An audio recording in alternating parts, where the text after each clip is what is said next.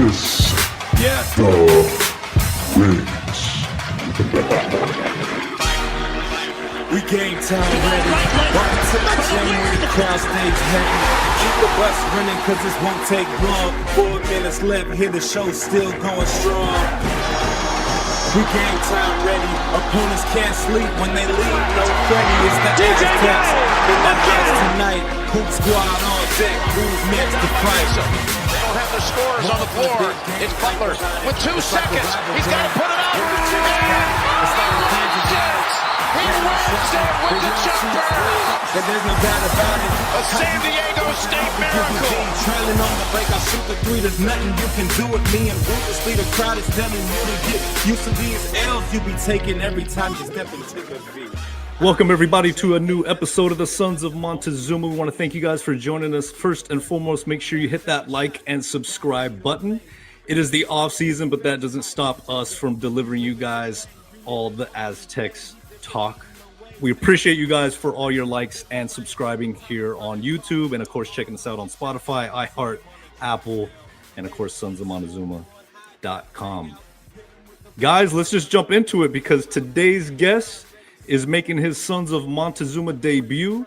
He's a native San Diegan, heading into, I believe, his 5th season as an assistant coach for the SDSU men's basketball program. And in that quick amount of time, his presence of recruiting and skills development has, well, it's definitely been felt within the program. So he's credited with leading the effort in recruiting certain Aztecs young men like what Miles Bird comes to name, BJ Davis, Taj DeGorville, Farrell Compton, and Miles Heidi, just to name some of the players on this past year's team.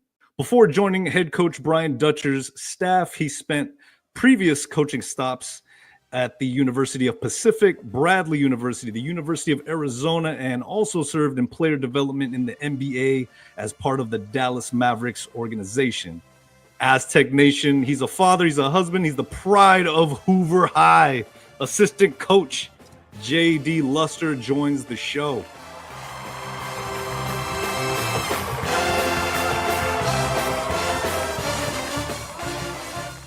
Let's bring him in. Okay, I got to set you up. We got to put you in the middle. Coach, welcome. Thank you for taking a few moments to join us. How are you doing today? I'm doing great. I want to thank you guys for having me. Thank you for the introduction. I love the gear, the Goon Squad hat. That's big time with displays on. You know, the old school Aztec logo. I love it. Great gear. Thank you. We appreciate it. Now, we're very proud to say, Coach, that you are officially our first guest on the show that's an active coach on any SDSU staff, and that's all thanks to the good folks down there working hard at the Mesa Foundation, right? They have been really working hard. So when you support Mesa Foundation and Aztec men's basketball with a donation to the Aztecs Reloaded campaign, every dollar you give will be matched, meaning it'll be doubled up to $500,000 until April 22nd. So you got a little bit of time there left to keep this team together and competing at the highest level of ball. Mesa Foundation needs your support now more than ever. And like we said, they're making it possible for this conversation. So how are you doing, man? We appreciate all the compliments on the gear. Nice to see you guys noticing around. Yeah, I'm doing good, man. I appreciate you shouting out Mesa and what they've done for our program, because in today's landscape of college basketball, Mesa is literally the lifeline to our program. And in this new climate, you know, it's not the college basketball I signed up for. It's not the college basketball anybody signed up for, but it's here.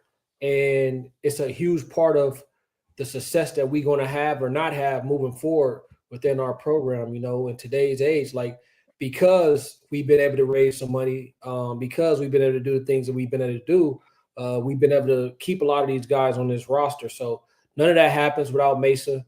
It's so critical. I can't stress that enough. One of the things I always tell people this past year, you know, like New Mexico won our league and they had the most money as far as NIL. So there's a correlation there, you know, and because of what we've done as a program, I think individuals want to be here. They want to play for the Aztecs, but we also got to do our part in our part financially. And just so the listeners and watchers know, it's mesa-aztecs.org. That's where you guys can give. And like what you're saying, I mean, we just saw Magoon Guath make Aztec Nation feel very, very excited by taking his name out of the portal.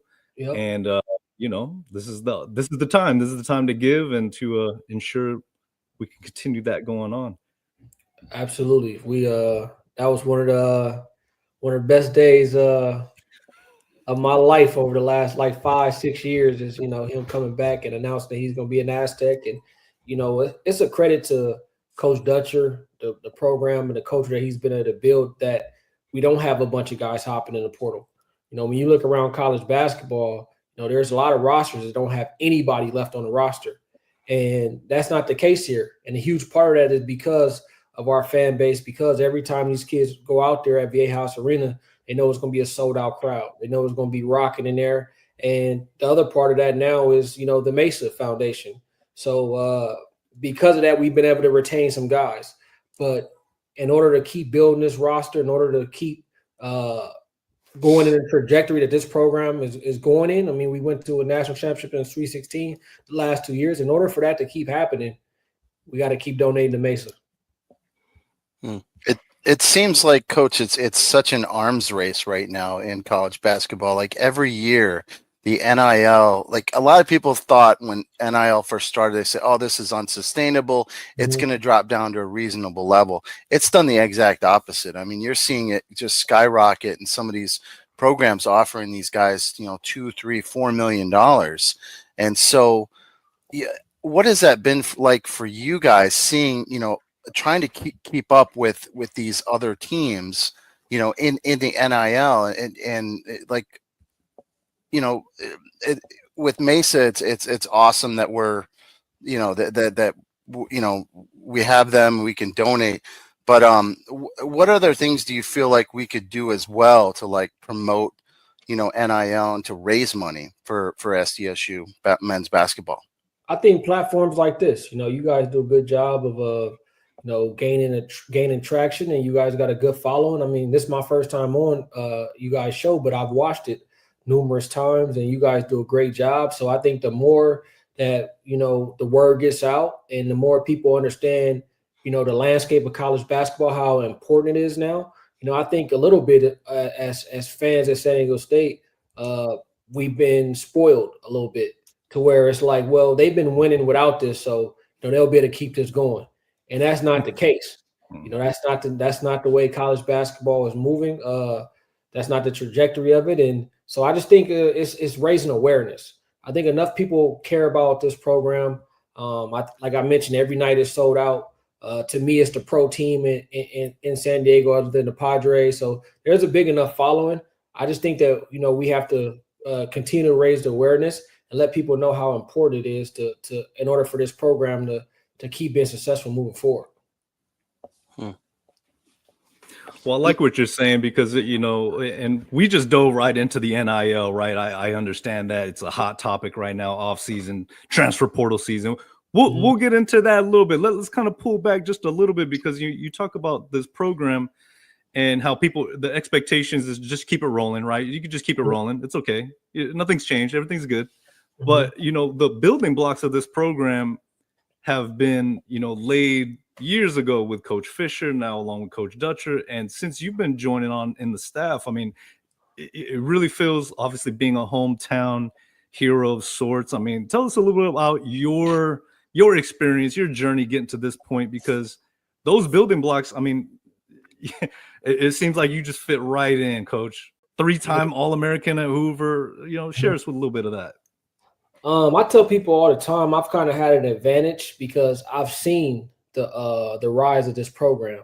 You know, when I was a young kid, when VA House first was open, you know, we used to, I remember you go to those games and there was nobody there. I used to give away tickets. You know, I used to be one of those kids at the game, running around the arena, jumping over the chairs, playing tag, but that's how empty it was. To now, you know, you can't even get a ticket to go to the games. So I've been able to see the whole the process of this program and what Coach Fisher and Coach Dutcher has been able to do here.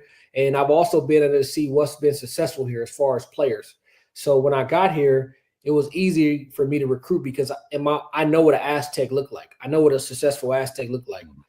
So I know what a 4-man looked like. I know what the Billy Whites and the Malcolm Thomases, I kind of know what's successful here in this system, and that's every position. So I think I kind of had an advantage when I came here as far as knowing, what's successful here and what an Aztec looked like. I've seen everything from the Brandon Heaths to the Malachi Flynn's. So it's been easy for me to hit the ground running and kind of, go out and find guys that fit the mold of San Diego State men's basketball.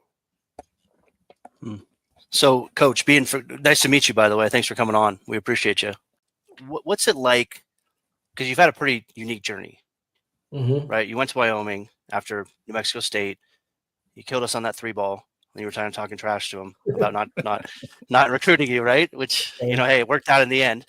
Absolutely. But what does it mean to have the journey you did? You also beat us with Arizona in the Sweet 16, correct? When you were there, was that right? Yes, sir. All right, we won't hold it against you too long. What's it like? What's it mean personally, not outside of the basketball? Coming home, being home, and coaching for a team that you grew up watching in Viejas when, remember the Al Foxes and the Randy Holcombs and all those guys when we were, younger, watching them. And what does that mean to you personally? It's hard to put into words, being a San Diego guy and wearing this SD on my chest, it's a lot of passion that comes with it. It's a lot of pride that comes with it. And it's really been a blessing to be able to come home and be able to share these moments, like going to national championship, going to a Sweet 16 with my family. My grandparents live here, my aunties and uncles, everybody's here. And like you said, my journey, I've had to work to get back here. I played at University of Wyoming, as you mentioned, and then I was one of those guys when I was playing, I always knew I wanted to be a coach. So I sat back and I was like, how are these guys becoming coaches at like head coaches at like 35, 36? And through my research, I found that a lot of them are not going overseas to play. They're getting right into coaching. So right away, that was kind of my philosophy. Like I'm a skip trying to go play pro overseas. I'm going to get right into coaching. Yeah, you may lose money early, but you'll get it back on the back end. That was my thought process. And I started right away as a graduate assistant at University of Arizona. I worked for Sean Miller and, really learned. And, he taught me a lot on how to, move in this profession and how to conduct myself on and off the floor as a coach. And then from there, I went to Bradley University, which is in the Missouri Valley, way across the country in Illinois, Peoria, Illinois. And I was there for a year. I was there with a guy named Gino Ford. After that year, we got fired. So right away, I got to see that end of the business. Like it's a business, and you got to win games. You got to produce. So I went from there to the Dallas Mavericks for a year, and that's a whole different experience. You're with pros. It's not. I tell people in the NBA, it's more of a partnership. It's not necessarily a coach and player relationship. It's a partnership. I'm assistant. How can I help you? Mindset. And then I went to Pacific after that. And the reason I had an opportunity to go to Pacific is because I worked with Damon Stoudemire at University of Arizona. When I was a graduate assistant at University of Arizona, he was an assistant coach. So how that works when you're a graduate assistant, you partner with a coach, assistant coach, as far as scouts. So you do all the advanced scouts. So every scout he had, I would do the work ahead of time and break down the film. And then we work together and talk about what he's going to present to the team. I help him get ready for what he's going to present to the team. So we had a relationship. He seen how hard I worked. And when he got to Pacific, he offered me a job. So then I moved to Northern California in Stockton, where Miles Bird is from. And funny story about that, me and Miles lived in the same community, same neighborhood. My house was right here, and our fences was touching. He was my neighbor behind me. So I was able to watch Miles in high school. I'll be driving through the community, and Miles and his dad, Calvin Bird, will be out practicing, shooting out on the court in front of their house. So I've been able to watch Miles from 14, 15, all the way now to where he's a guy who's a potential pro. So the journey has been fun, and I feel like God has helped prepare me every step of the way for this moment now where I'm at, which has been a Aztec, and trying to help Coach Dutcher and Coach Velasquez build this program the best way I can. What has it been like working with Brian Dutcher? I mean, the guy, has been to so many Final Fours and, worked under Steve Fisher for so long. What has that experience been like for you? The other day, Coach came in the office and he was joking, and I forgot something and he gave it to me. He was like, "I got you, Lus. I never let you down. I've never once let you down." And I was like, "Coach, you know what? You're one of the few people in my whole life that I could say has never let me down." Mm-hmm. And it's just a testament to like who he is as a person. Like, you guys see Coach Dutcher as the coach, but like who he is as a person, he is such a caring guy. He has a big heart. He empowers people to be better. He empowers people to grow. I can't say enough good things about him. I absolutely love working for him. Players love playing for him, and that's a huge reason why our retention is the way it is, from players to coaches. People get here and they really don't want to leave, and that's because of who Coach Dutcher is and how he runs the program. He's very family oriented, and he trusts guys, and he allow you to grow. So I can literally sit here and talk for hours about Coach Dutcher. I love him to death, and I'll run through a brick wall for him. Have you ever seen him with his hair out of place? I don't think I've ever seen any. Like, it's always coiffed, perfect. Jealous a little bit, Look, I always tell him, like, Coach, man, other than Pat Riley, you got the best slick back. Yeah. But I've spent so much time with him. We running through airports trying to recruit and trying to catch flights. So I'm one of the few people that have seen the hair out of place. I'm like, Coach, man, one time, Coach, he do this and back in place. But yeah, he got a signature hair for sure. It's amazing the culture that was built, under Fisher, and then continued on with Brian Dutcher. And I think I remember either reading an article or hearing a story about like you really did your research, like before coming to SDSU, and you interviewed a lot of people. Like, you went to people who like had left the program, and like no one had a bad thing to say about SDSU. Mm-hmm. And like, that's such a testament to like, the culture and how they treat you fairly, and they're stand-up dudes, in this program. And you can really tell the closeness of not only the coaches, but then the team itself and the brotherhood. And that's something that we talked about with Jamal Franklin in one of our interviews, is that something that he really missed so much when he left to go to the pros, was that brothership, and hanging out and just the bond that they had. And I think that that's really helped with our continuity. I don't know if you would agree with that. Like I said, I've been a lot of places, as I just mentioned. This is the best culture, the best environment that I've been around. And that's why the program is where it is. And you mentioned Coach Fisher and you mentioned Coach Dutcher. Two things about both of them is that their humility, and they're so humble. And for the success that both of them has had as head coaches in this profession, like, they don't take themselves too serious. They understand that it's a game. They understand that there's more important things. They truly care about the kids. They truly care about their families. They truly care about growing these young men to be, good people in society. Like, that's at the forefront. Basketball is just a tool to help achieve that. And it's evident every day you're around them. I love it because those are those foundational things, that I see it in Mesa, right? Patterning themselves after what Coach Fisher instilled. And, even though you're raising awareness of the changing landscape and the money and the NIL and all that stuff, but still keeping in line with, those foundational attributes, which is awesome. Let me say this, because I think this is important. When we recruit, Coach Dutcher, that's the last thing he talk about is NIL. Yeah. And I think that's what makes us different than a lot of programs. Right now, in programs, it's all about money. The first thing they're leading with is, we can offer you this amount of money. And we're the exact opposite. We want to know who you are. We want to know what kind of character you have as a basketball player and as a person. What kind of grades do you have? who's your family? What, how's the family dynamic? And then once we figure out all that and there's a match as far as basketball and from a character standpoint, then we'll talk NIL.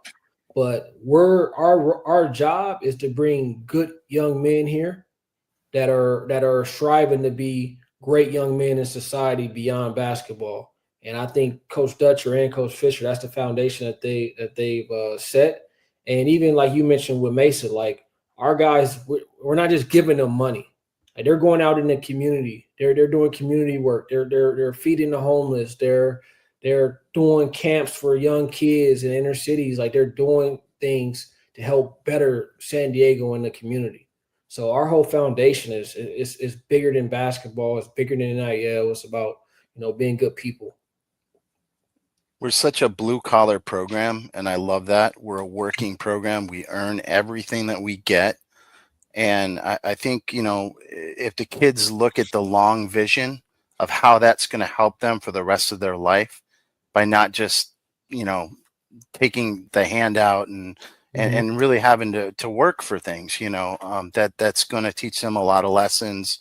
Because in this life, I mean, you're just not given things, so you got to go out and work on it. And I think that keeps the kids hungry in this program to continue to grow their game, to continue to get better academically, to do to keep moving forward, not settle on their laurels because, they got some money in their pocket.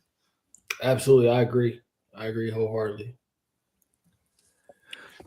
We can cut all this stuff. So anything you say, we can just take out if you need to. But like when Magoon said he was going to get out of the portal and come back or go to the NBA, what was that like? Where were you? How did that all go down? If you're okay, talk about it.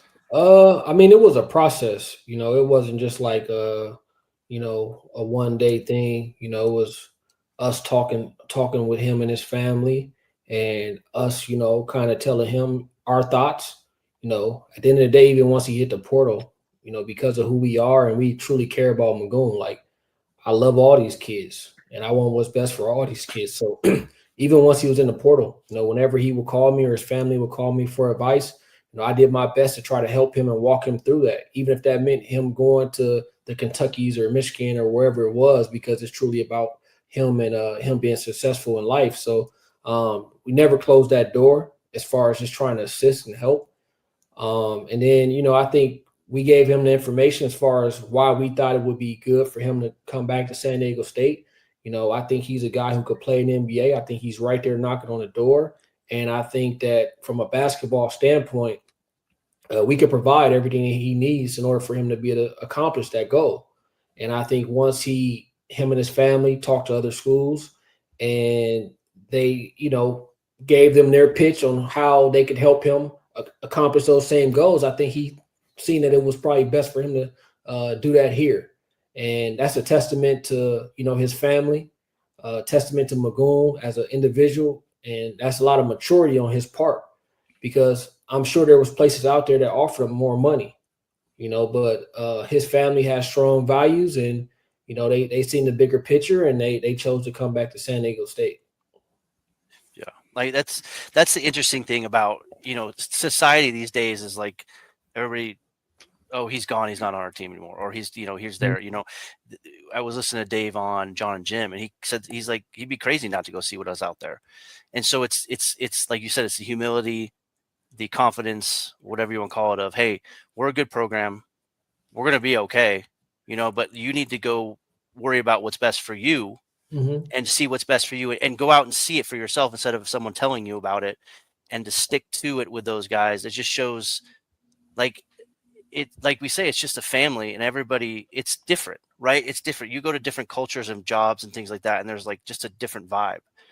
I mean, I've been part of, I haven't been part of it, but I've been in this business long enough to where, I've heard all the stories. There's programs out there when a kid hit the portal, they no longer allow them to come in the gym and work out and, be a part of the, use the facilities and things like that. That's not who we are as people, as individuals. So, prime example of that was, last year, once Micah and Lamont and Elijah, they decided they were leaving, they were still working out with us in the spring. You know, those guys are family. Like, they helped us get to a national championship. They will always be family. Like, I love Elijah. I love Lamont Butler. Like, they were all just in town and they all stopped by the office and it was love. You know, we all took pictures, Coach Dutcher, our whole staff. So, you know, it's about being a good person first. And I think you get rewarded when you do things the right way and you treat people the right way. And I think, you know, Magoon coming back is an example of that. And, you know, programs always, they bring it in, they say family, they say culture. But to me, like, a true testament of the culture is like, how many of those of the past guys come back? Like, once they're gone, how many of those guys still come back? And here at San Diego State, in the summer, you walk into our practice facility, it'd be 10 to 15, 20 guys in there, former players, every summer, you know, working out with our guys, helping teach our younger guys. Like, so it's truly a family. And that goes for, you know, the guys that have left the program too. You know, they're welcome to come back. And again, that's the foundation that Coach Fisher and Coach Dutcher has set. And it's just a testament to who they are as people, man. They're first class people. Yeah, and that's what we love about them. You know, all you guys is it's tough to do the right thing nowadays, right? And a lot of people get sucked into their hubris gets involved. But like with the humility of you know, just hey, you're family. You can't. Once an Aztec, always an Aztec. Yep. You know, as fans, it's tough sometimes, to be honest. These guys took us to a national championship. Yeah. Yeah. I mean, that was better to do. That would, yeah, that was great. Well, let me ask you one question. I was kind of digging through some stuff here. So, as a coach, what is something that's come up through the NIL that initially you thought like, oh man, this is going to be tough, but you've kind of flipped it and started to use as an advantage to yourself as through the last couple of years? I think the biggest thing. That's a great question. Biggest disadvantage that we've kind of flipped.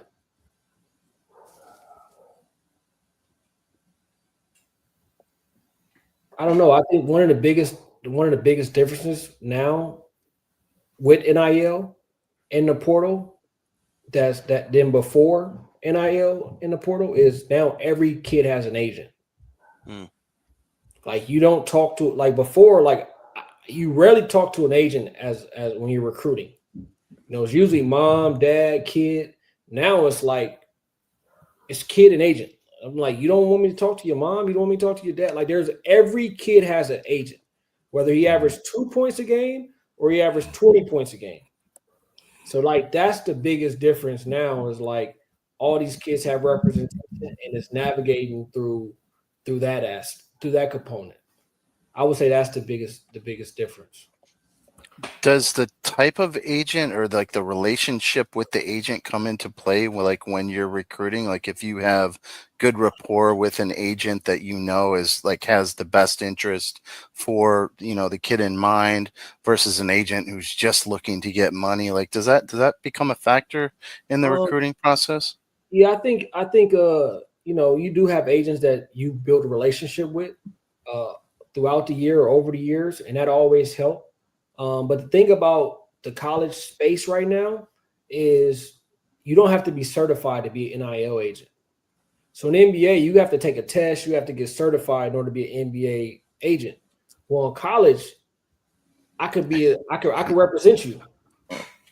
So because of that, it makes navigating through it a lot harder, a lot different. And you got way more guys in the college space that are really in a lot of ways taking advantage of the student athlete. You know, it's just about sending them to the highest school or because they make a profit, right? A lot of the NIL agents are getting 10 to 20% commission when this kid signs. So if you're getting 10 to 20, first of all, let me say this, NBA agent, the most they can get is 4. Yeah. They're usually between 2 and 4. College NIL agents are getting 10 to 20. So some of them getting 20%. So if you're getting 20% of this deal, you're most likely going to try to force him to the highest bidder. Yeah. Because you get a higher percentage if he makes $1 million versus 150. So you got more people like that I think are that are involved now that don't have the best intentions at all times. Yeah, I mean, you're dealing with a person, not a home, right? I mean, yeah, yep. So that's what makes it tricky. And I think how we flip that and use that to our advantage to answer your question is, I think our authenticity and who we are, I think helps us a lot, because a lot of times these kids are getting on Zooms and getting on calls with coaches, and it's all about money, and it's just like, no, like, we're being ourselves. We're talking to you about the benefits of San Diego State. You know, we're still doing it the old school way, so to speak, and then NILs follow last. So I think that's kind of been an advantage for us, because we're different. If everybody hopping on the call and it's a bunch of car salesmen and everybody talking money, and you hop on the call and look, like, you could feel the energy, you could feel what you guys are talking about, the culture, the family environment through the Zoom. And I think that's been a benefit of ours. That's been an advantage. so the transfer portal, it closes on the 22nd, right? And so we're about 12 days out. And I keep telling people, look, you know, expect the unexpected. Guys take their name out of the portal, they can just as easily put their name back in if they feel like they get a deal that they can't, that they can't turn down. Yep. And I think historically over the last couple of years, we've seen the dollar prices go up towards the end as these teams scramble. They need to fill their roster spots, so they start upping, the offers. What is it like for you for these last 12 days of this portal? Can you tell me a little bit of what it's like, what you're doing to try to, retain the kids? Just what is this like for you? Like you say, you got to expect the unexpected. So with that being said, we're pretty much done as far as our roster. We got maybe one scholarship left, one or two left. But every morning I get to work and I'm still looking through the portal. I'm still being familiar with who's in there, because, you don't want to be blindsided. You still got to know what's out there, the landscape, in case something do happen that you don't expect, you're prepared for. So that's kind of how I go about it. Every day I act as if, our roster is not complete. Our roster is not filled. And I look and see what's in the portal. I still make my calls and still fill people out and just try to be prepared for, if something happened unexpectedly. What's if you could change one thing about NIL, what just one? It's just like we've talked about timelines and things. I know it's kind of an open-ended question, but what would you just one thing you could change if you were able to do it, and what would it be? It just has to be governed. There's no rules. Yeah. There's no rules. There's no limit. Like, you could pay a kid $6 million. You could pay a kid $8 million. There's just no rules. It's truly like the Wild Wild West. So, I'm all for kids getting paid. Like, kids should get paid, but there also should be some kind of structure, some kind of cap. Like, has to be some kind of rules where you can manage it. That's what I would change. Yeah, I agree with that.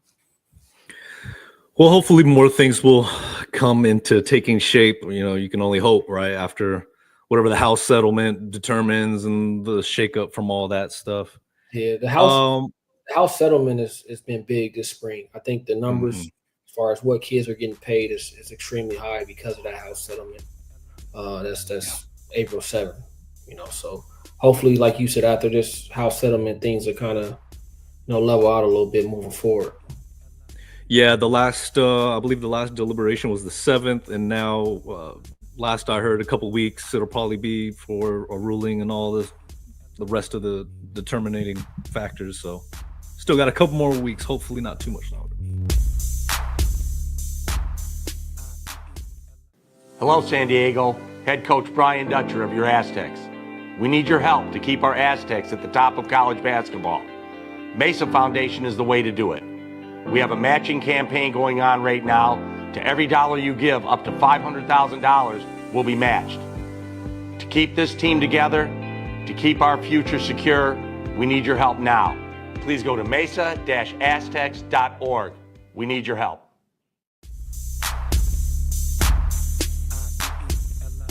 Let's kind of move the ball a little bit. Kind of move on. Yeah. Thank you so much for your time, Coach Yeah. Luster.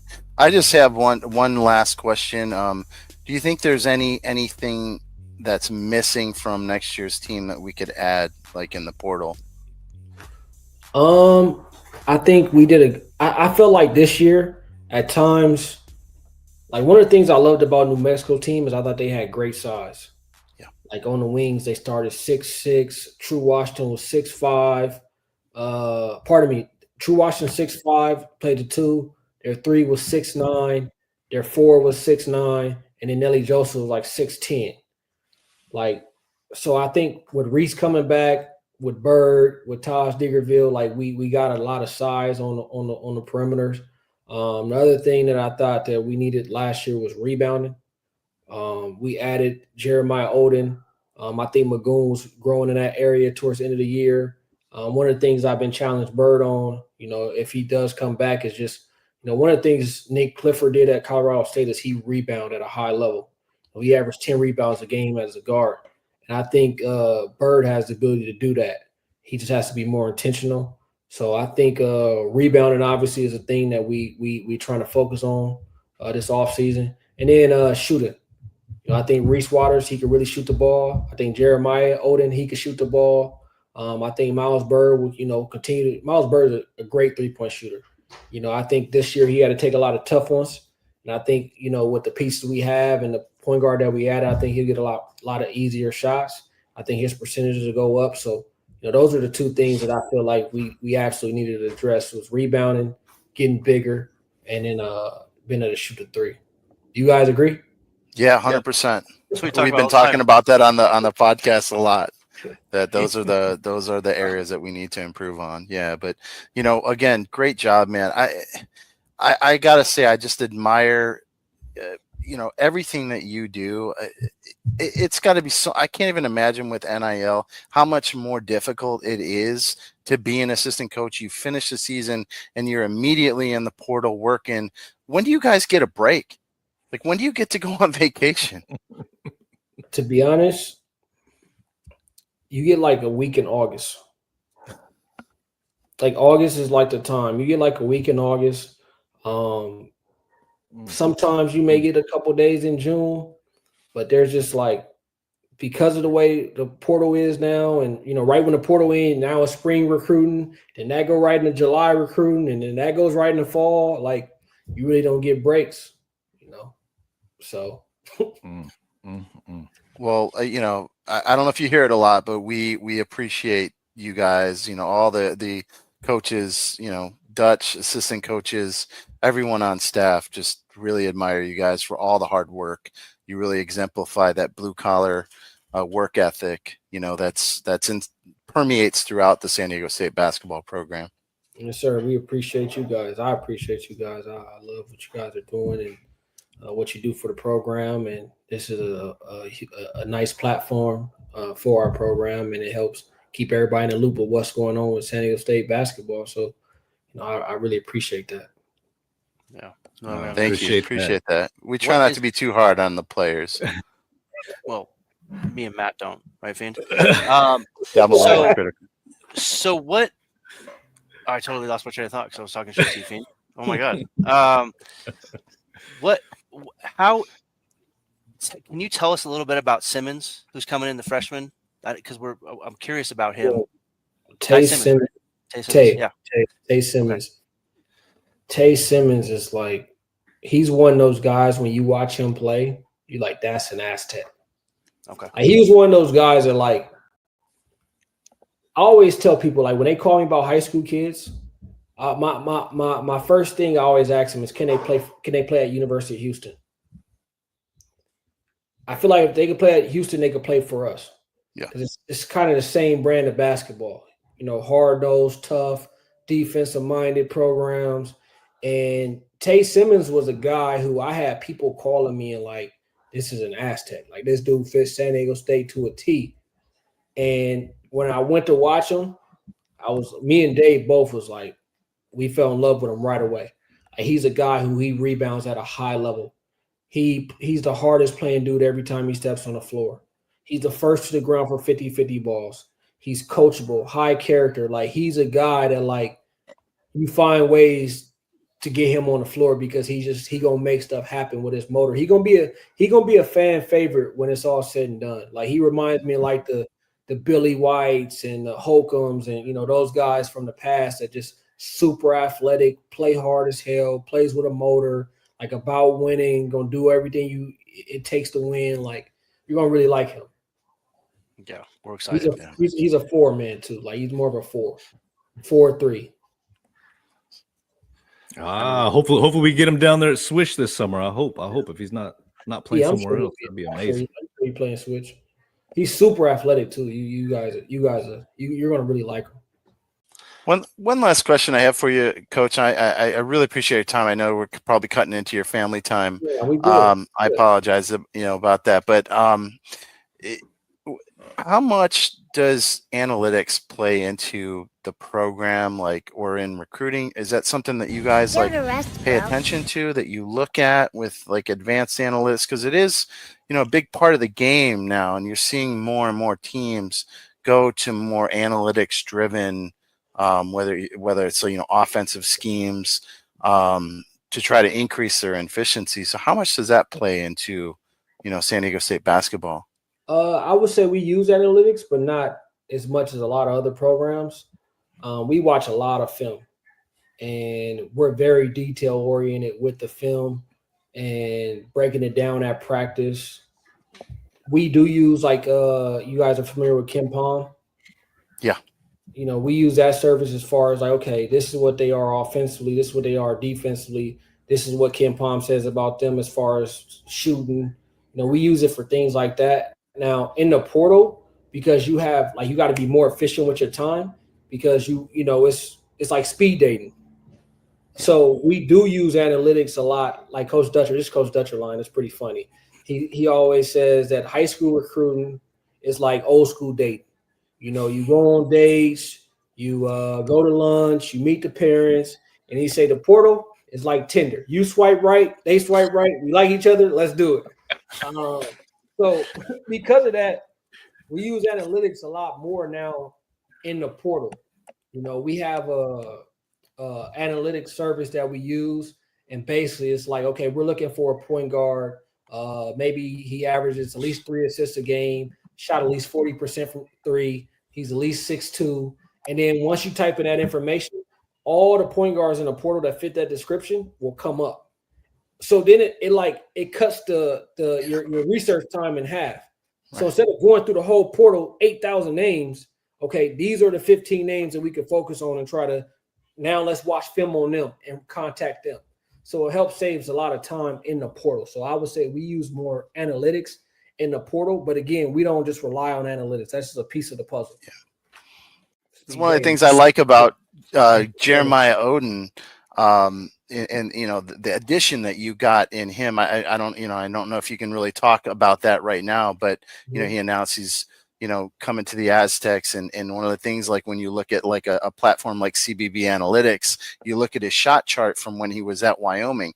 That dude hits over 40% from the right corner from 3. Mm-hmm. That guy's gonna be camping out in the 3. Even though maybe his 3-point shooting was only like 31% or whatever. If you look at the certain hot zones where he shoots, man, I can really see him, lighting it up from that corner and really spreading the floor out. So, I love analytics, and I think that's a good pickup with Oden. I think he's going to pleasantly surprise a lot of people who just look at sort of the surface stats and may not be impressed. There's certain areas where he can really, really shine. I think Oden is a really good player. He's 6'10", got great size. Like you mentioned, he can really stretch the floor, shoot the 3. He could put on the floor. He gives guys problems at that 4 spot with his speed and ability to put on the floor and do different things off the bounce. And then he's also got that you can move over to the 3. So he's versatile. And like I mentioned, New Mexico, one of the things that I liked about their team, the makeup of their team this past year, is their size. So he's 6'10" at the 4. So I like that. And he can move over to the wing. So I agree with you. I think he had great numbers at Wyoming. I think at DePaul it was a tough situation. The team wasn't really that good. They lost a lot. So I wouldn't really look too much into the numbers at DePaul. I would look more at the numbers at Wyoming. And, one thing when he was at Wyoming, when we used to play against him, he always had good games. And I know if you can score on our defense, you're a good player. So I'm See, he's not – they had experience watching live his performance against us when he was at Wyoming. Absolutely. It's not just speed dating, Fiend. It's not just speed dating. Absolutely. That's been more of a high school relationship. A lot of dates, a lot of time put in that one. Oh boy. Man, well, we don't want to take too much more of your time. The sun's about to start going down now, I'm sure. So the sun already down in Reno. No, man, it stays lighter. It stays lighter up here longer because we're more north. It never came out. Yeah. Hey, I'll tell you what. You know what? I was in Sacramento the last 2 days for the Padres game to go. I was like, man, I'm gonna go. Why not? And the thing I miss is like having a tan all year round. I've been sweatpants. Like I was never a sweatpants guy down there, but now I'm like sweatpants and stuff. And I was like, the guy behind me was from Vista, and he's like, man, you're getting red. You need some. I'm like, yeah, man, I need that. And but you're a Padres fan then, right? Yeah, I'm a Padres fan. I like. Okay. Yeah, what do you think about that team? You get to go to games. You get to go with family and stuff. Yeah, I've only been to one game so far this year. I'm not a diehard fan, but I'm a Padre fan. I don't know the whole roster. I can't tell you every player on the team, but I root for the Padres every chance I get. When they're on TV, I stop and watch. I love going to Petco Park, so I'm a fan.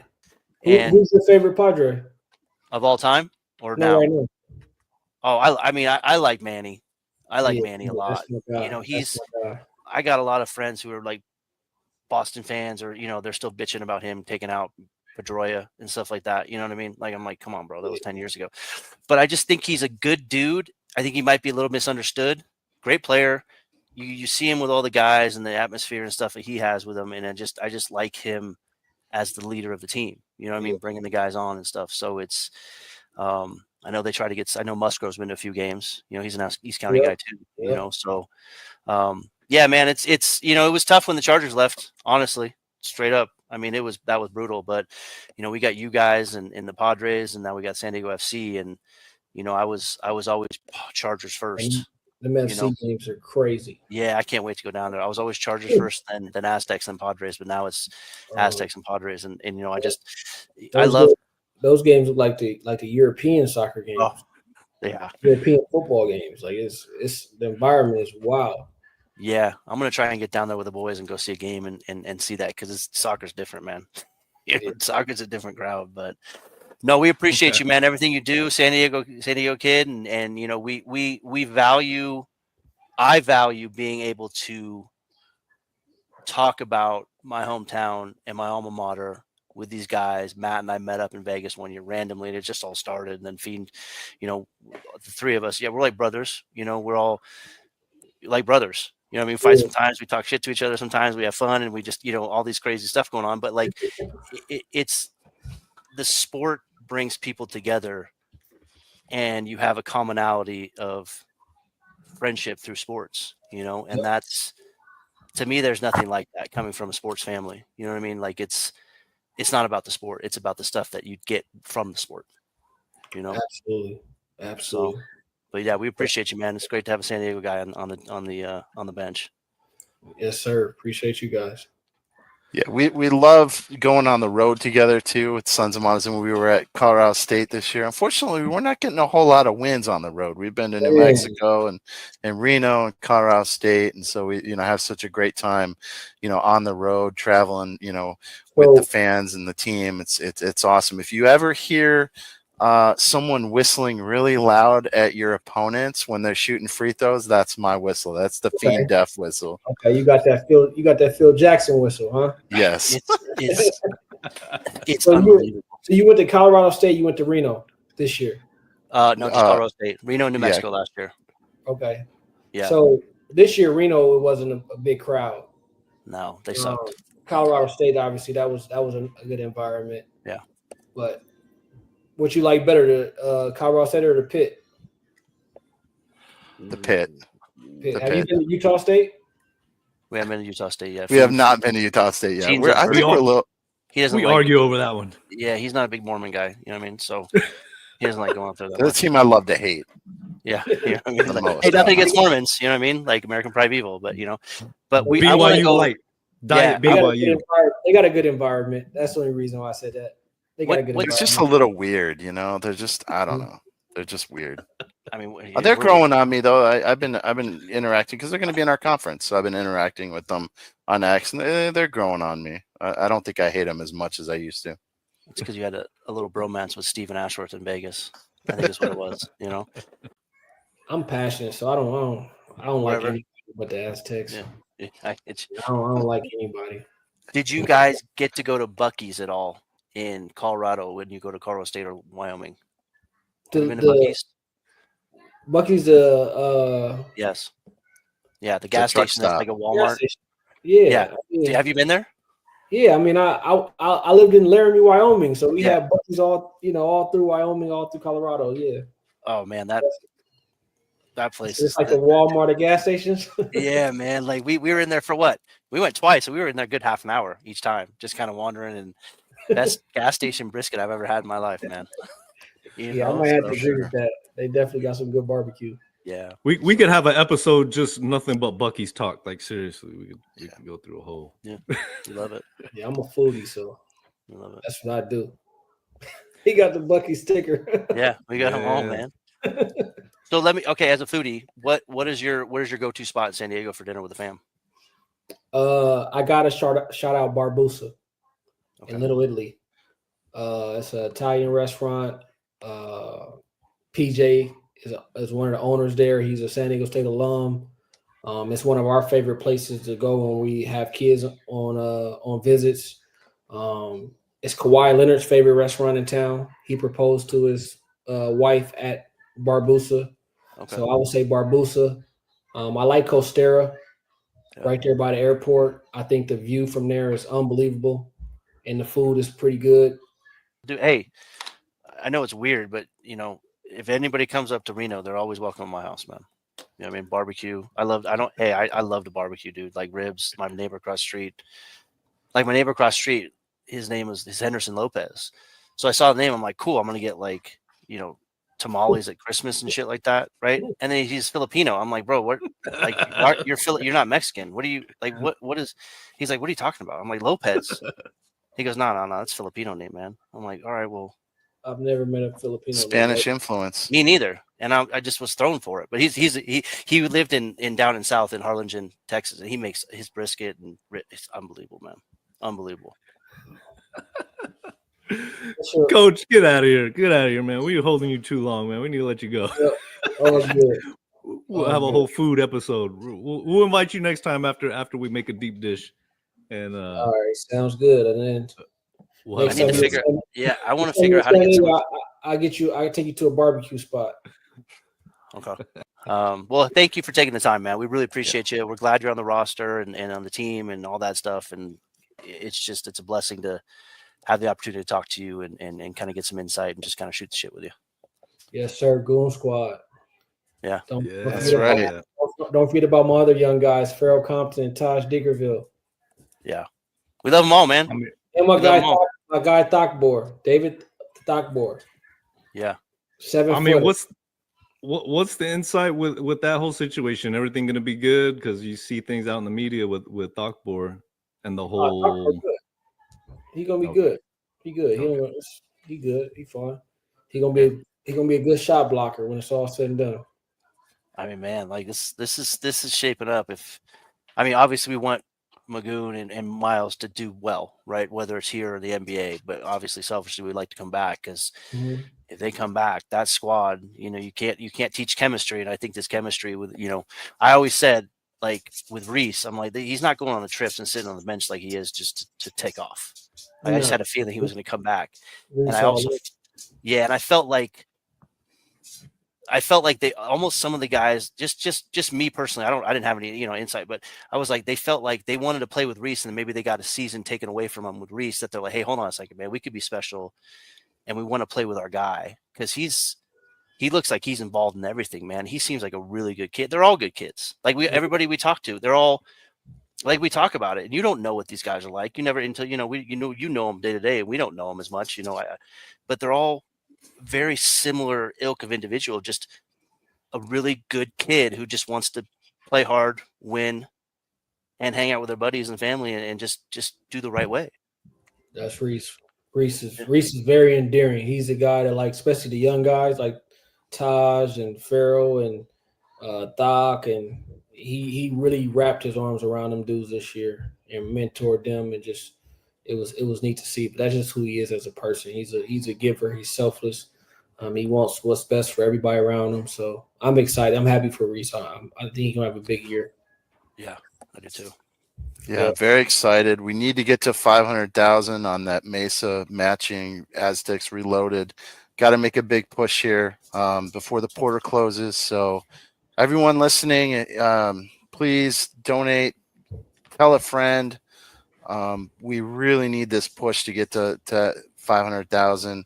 Let's make this happen. Let's keep this roster intact. Again, really appreciate everything, Coach Luster, that you do, and the rest of the coaching staff, and really looking forward to next year. We're really excited. Yes, sir. Yes, sir. Thanks for having me. I appreciate you guys. Yeah, thanks for taking the time. All right. Thank you, Coach. All right. Have a good night. Yep. Peace. Have a good night. Go Aztecs. Take care.